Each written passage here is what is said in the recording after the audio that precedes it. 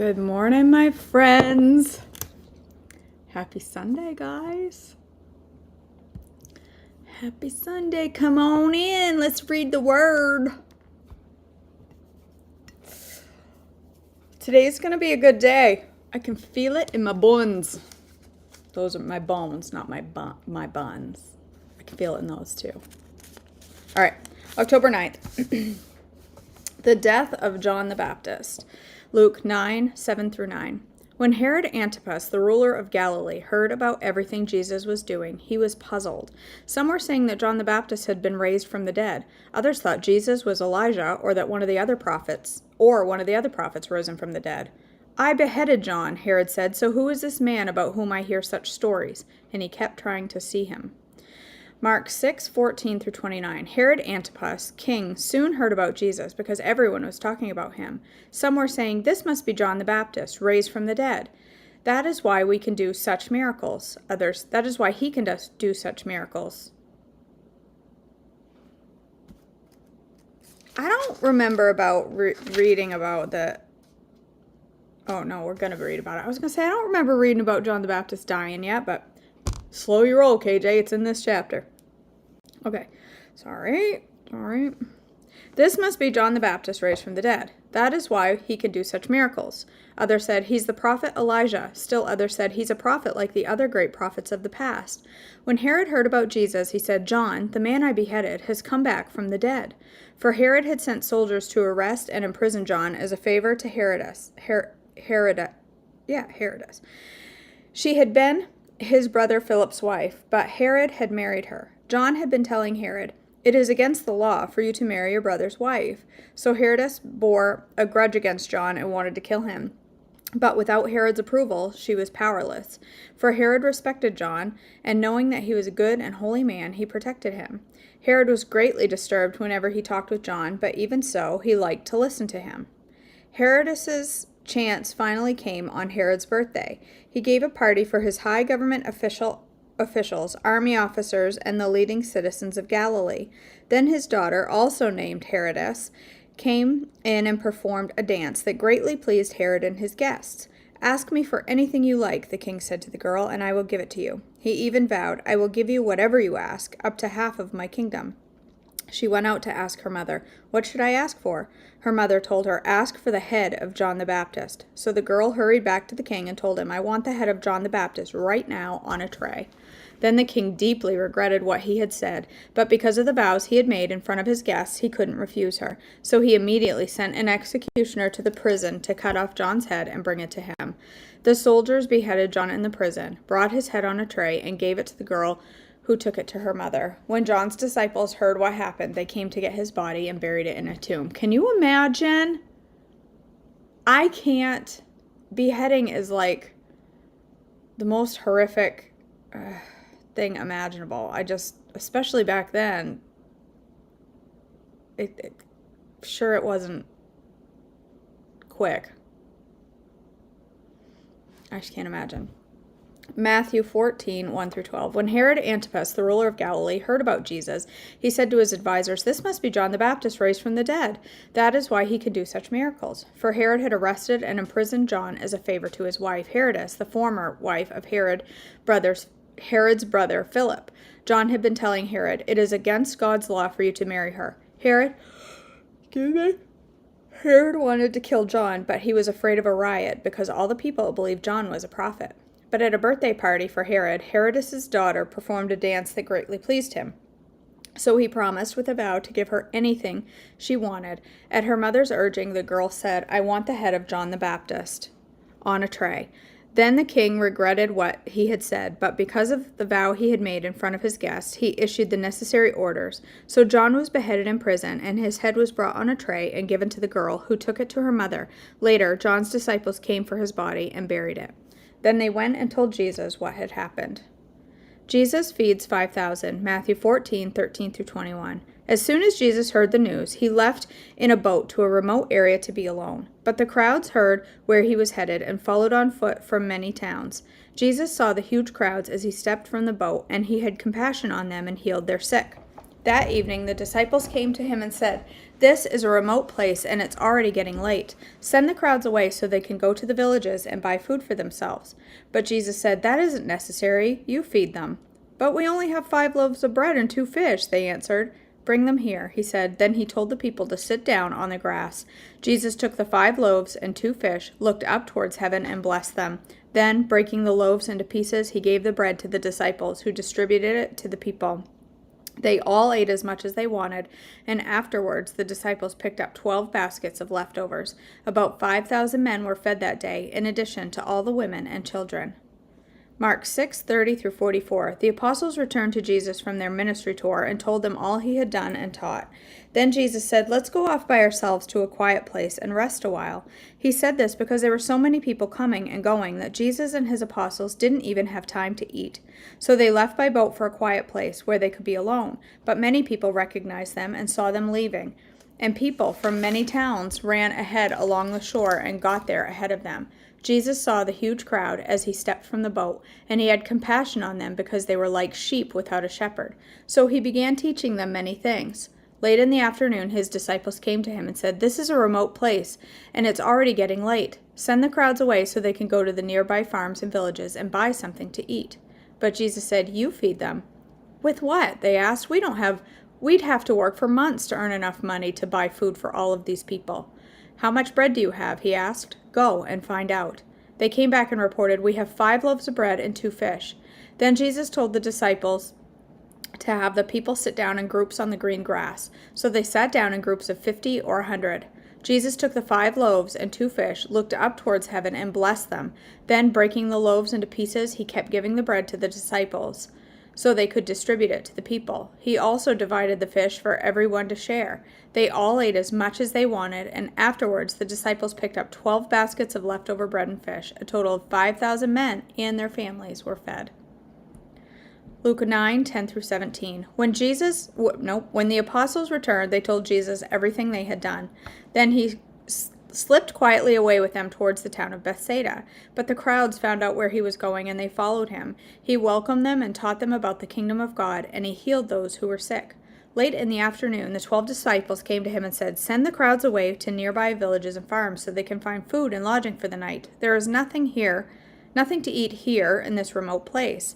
But Jesus said, "You feed them." "But we only have 5 loaves of bread and 2 fish," they answered. Or are you expecting us to go buy enough food for this whole crowd?" For there were about 5,000 men there. Jesus replied, "Tell them to sit down in groups of about 50 each." So the people sat down. Jesus took the 5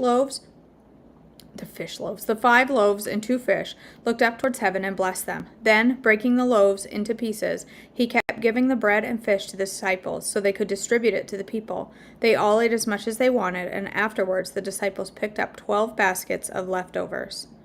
John 6:1-15. After this, Jesus crossed over to the far side of the Sea of Galilee, also known as the Sea of Tiberias. A huge crowd kept following him wherever he went because they saw his miraculous signs as he healed the sick.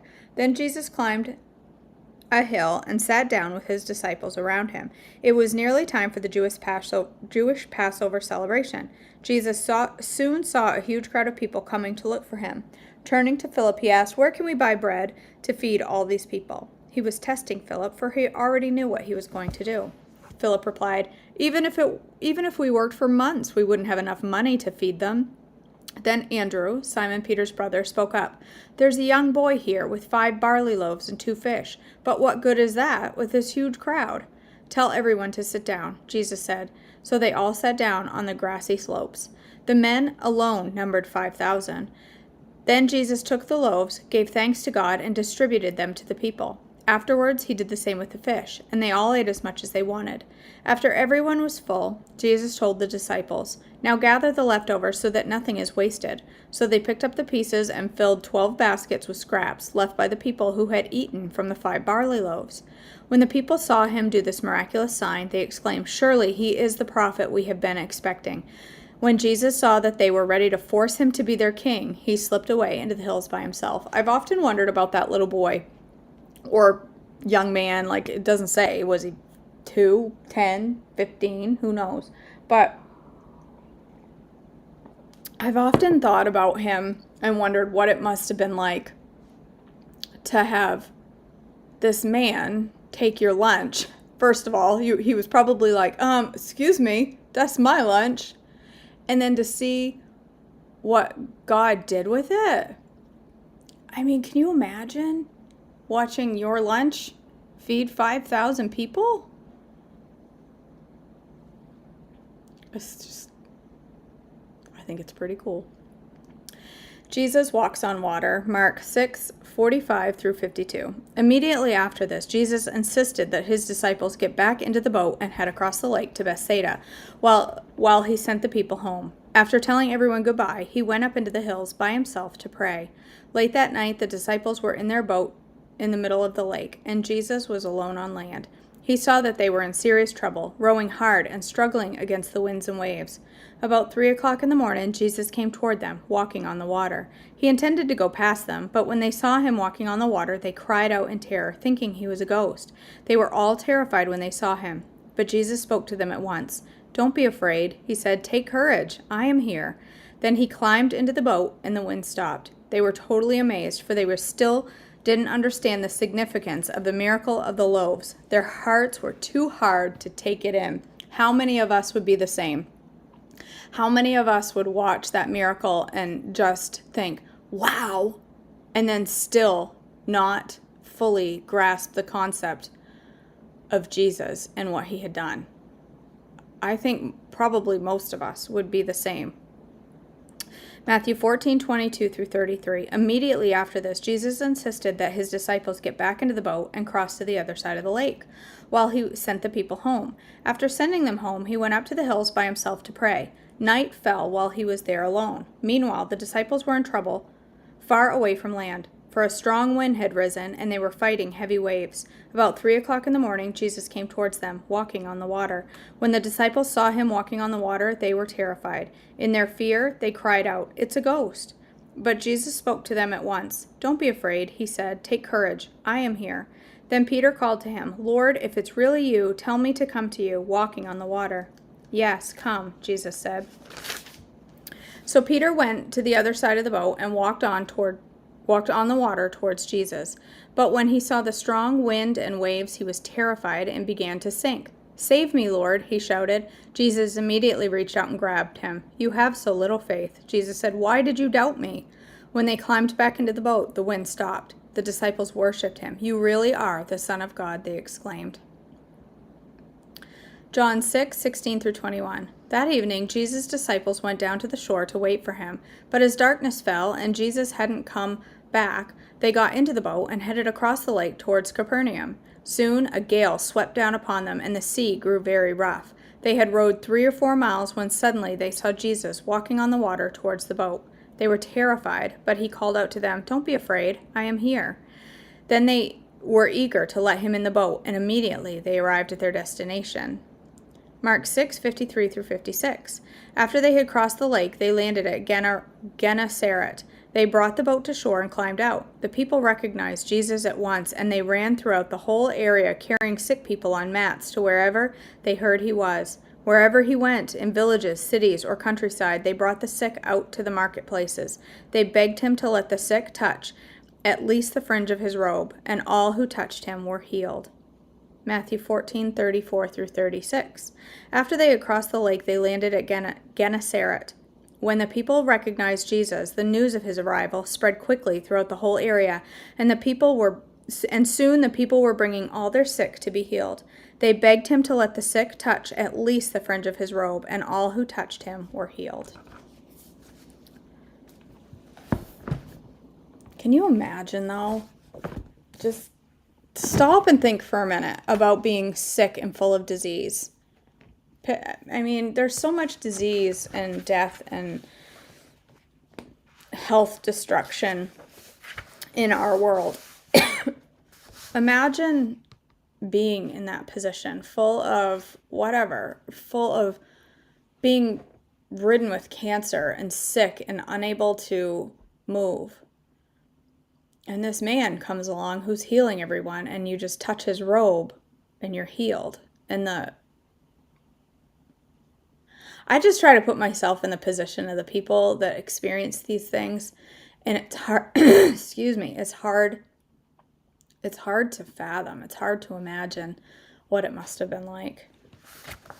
I mean, we've been healed, but true healing, complete healing when we're in heaven will be very different than healing on earth and the healing of our hearts. I feel like it's got to be a very, I don't know. Yeah, I can't wrap my mind around it, Anne-Marie, right? It's hard to comprehend. Okay, we're doing Breaking Free from Body Shame by Jess Connolly. With permission, we are on page 70, about halfway through the section, the first section of the chapter, Your Body Does Not Belong to the World. We read about half of it yesterday. Okay. There's never a good source to hear bad news from, but it's particularly painful when a misnaming comes from someone who is leading you. In this case, it was my trainer. She was seeing a trainer for exercise to get her get healing. She was very exhausted and mentally, and so when we read in the beginning, she said she was seeing a trainer for both her mental health, spiritual health, and physical health. So in this case, it was my trainer. I'd trusted her to guide me. I'd assumed that because she was a believer, a compassionate woman, she'd work from the same set of truths I did. But as I was about to discover, she was on her own journey related to loving her body as God's good creation. Alyssa had coached me to affirm my body as I moved it, to agree with God's naming, especially when I felt weak. She'd even coached me to affirm my body as I tried on clothing in a dressing room, never letting a tender moment become the ground for the enemy to tear up my heart. But my trainer didn't have the same insight and wisdom Alyssa did. This was honestly understandable, as I'm not sure anyone on earth had as much wisdom and insight as Alyssa. It's with compassion and grace that I can tell you I completely forgive my trainer for what she said next. I know it was a mistake, and what the enemy meant for harm, I believe God has and will use for good. We were in the midst of a hard workout, me moving with every ounce of effort I had, and to distract me, she was catching me up on her own body image woes. I think I was doing squats with an annoyingly heavy bar. She had recently gained weight, and it was discouraging her, she told me. I did another squat. I was barely paying attention. She was actually going to begin meeting with another trainer to help her get the weight off, she said. I did another squat. That's when she looked at me with tears in her eyes and said, Jess, I only weigh about 10 pounds less than you right now, and that's so upsetting. In that moment, I dropped the bar.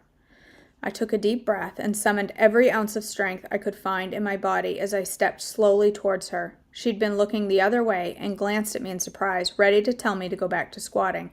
I had to speak the truth.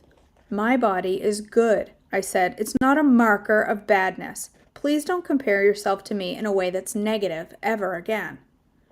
She wasn't defensive, but nodded as I spoke, with tears in her eyes, her face flushed with what I'm assuming was embarrassment. She was and is a child of God who loves and serves other women, and I know her intention was not to hurt me. She apologized. The rest of the workout was a little tense, but we both made it through the full hour we'd scheduled. I'd walked to my car and instinctively called Elisa. I was in tears. It was a lot like that first email. I didn't really know I was reaching out to her until I heard her voice on the other end of the line, and that's when I experienced one of the most miraculous phone calls I'll ever remember. I don't think Elisa even said hello. She just started talking when she picked up the phone. God told me you'd be calling. She said he told me to tell you your body is good and no one gets to say otherwise. He told me he loves you and you're doing great. Your body is good. I'm so sorry that happened. Your body is good. To this day, I've never told her the full story. I haven't needed to. We both remember that phone call with fondness. Me, because it absolutely cemented my belief that God loves and cares for me intimately. And Elisa, because it was another chance to utilize her gifting and ability to hear from him. But even more than for that phone call, I'm incredibly thankful for what it taught me. The world will not be kind to my body, and therefore it doesn't get to speak into it. That's the end of that section. The world will not be kind to my body, and therefore it doesn't get to speak into it. I just got goosebumps. The world isn't going to be kind. Okay, so stop. You know what came to my mind right there when she said that? There have been times when other kids or adults have been mean to my daughter. I mean, we've all experienced that. Our kids getting picked on or whatever. There was one time in particular when a woman said something very mean about my daughter in a bathroom stall, and because she was crying, and much to my embarrassment, I almost kicked the woman's butt. Much to my embarrassment, Mama Bear came unglued. So if you can't picture KJ losing her mind, KJ, I'm sure the woman thinks back to that woman who almost took her out because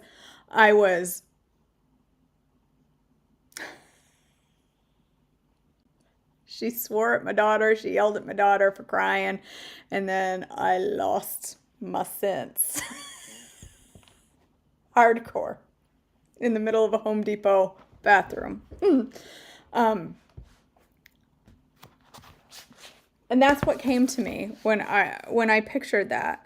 The world will not be kind to my body, and therefore it doesn't get to speak into it. My mind went to that time when I said, you will not speak to my daughter that way. You don't get to speak to my daughter that way. You don't have permission to speak to my daughter that way. And that's what came to my mind when I read this. The world will not be kind to my body, and therefore it doesn't get to speak into it. Why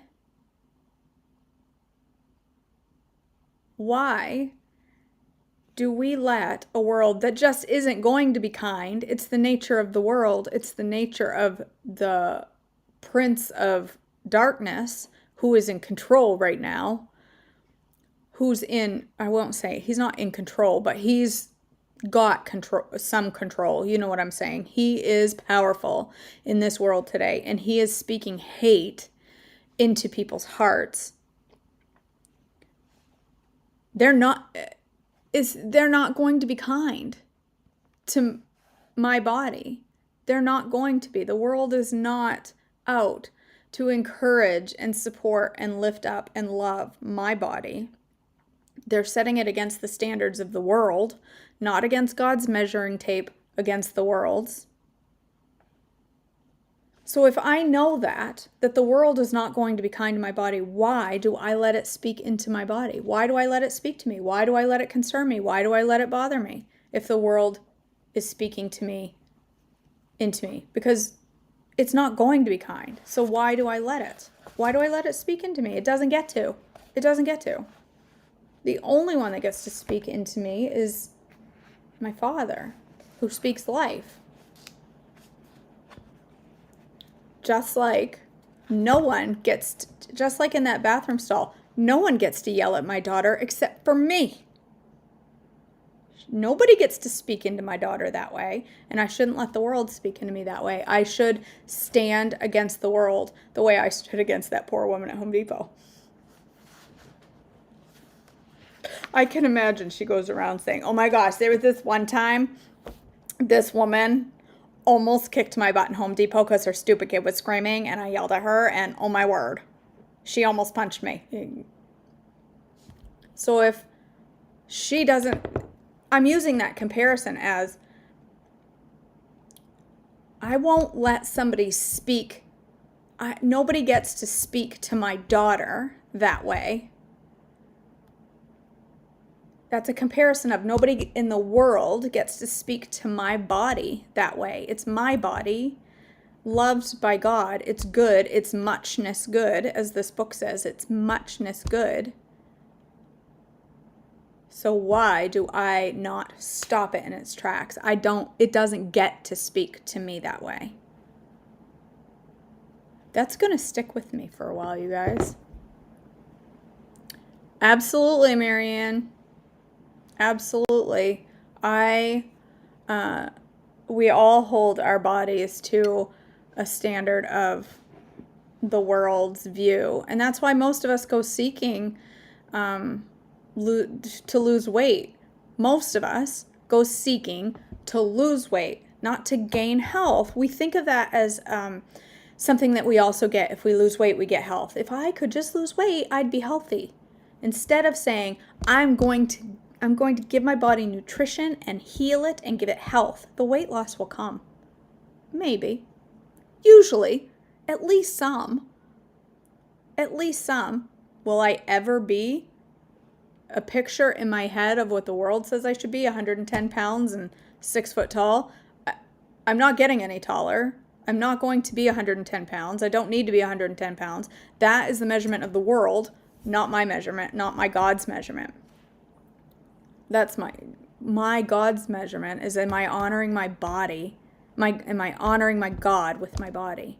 And that is making healthy choices, making choices that are going to nourish the body that He's given me. Take care of this temple on earth that I am given to take care of. The weight loss will come.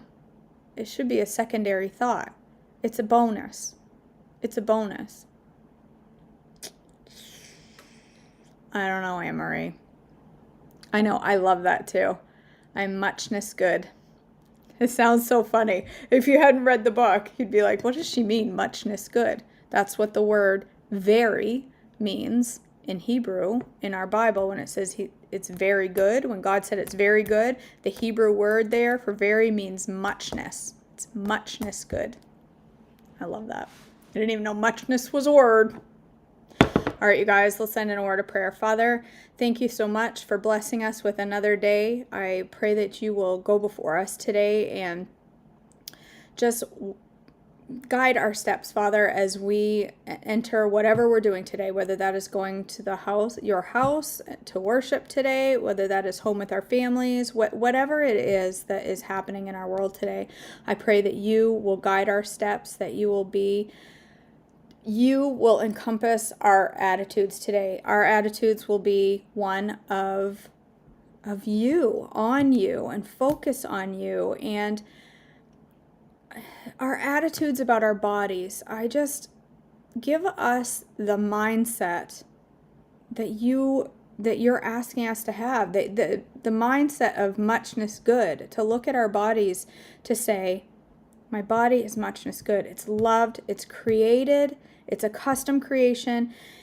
My God loves my body right now, right here, the way it is. And I need to honor that with health and take care of it and nourish it because I've been given this gift. I just pray that you will solidify that mindset in us as we go about our day today, and help us to stop using the measuring tape of the world, because that measuring tape is broken. It's broken. It doesn't work. It's mislabeled, and it doesn't matter. It's not the measuring tape you've given us to use. And I pray that you will just solidify that in our hearts as we go about our day. Please go before us and help us to honor you in everything we do. In your precious name, amen.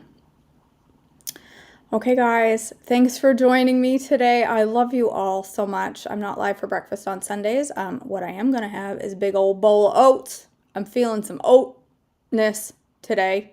I don't know what kind. I watched a video this morning of somebody eating oats, and I'm like, okay, now I want oats. Even though I always have an S on breakfast Sunday, I always have a deep S of hash and eggs. I'm feeling oat-like. So that's what I'm going to have. All right, you guys, I love you all. Have a blessed day, and I'll see you back tomorrow.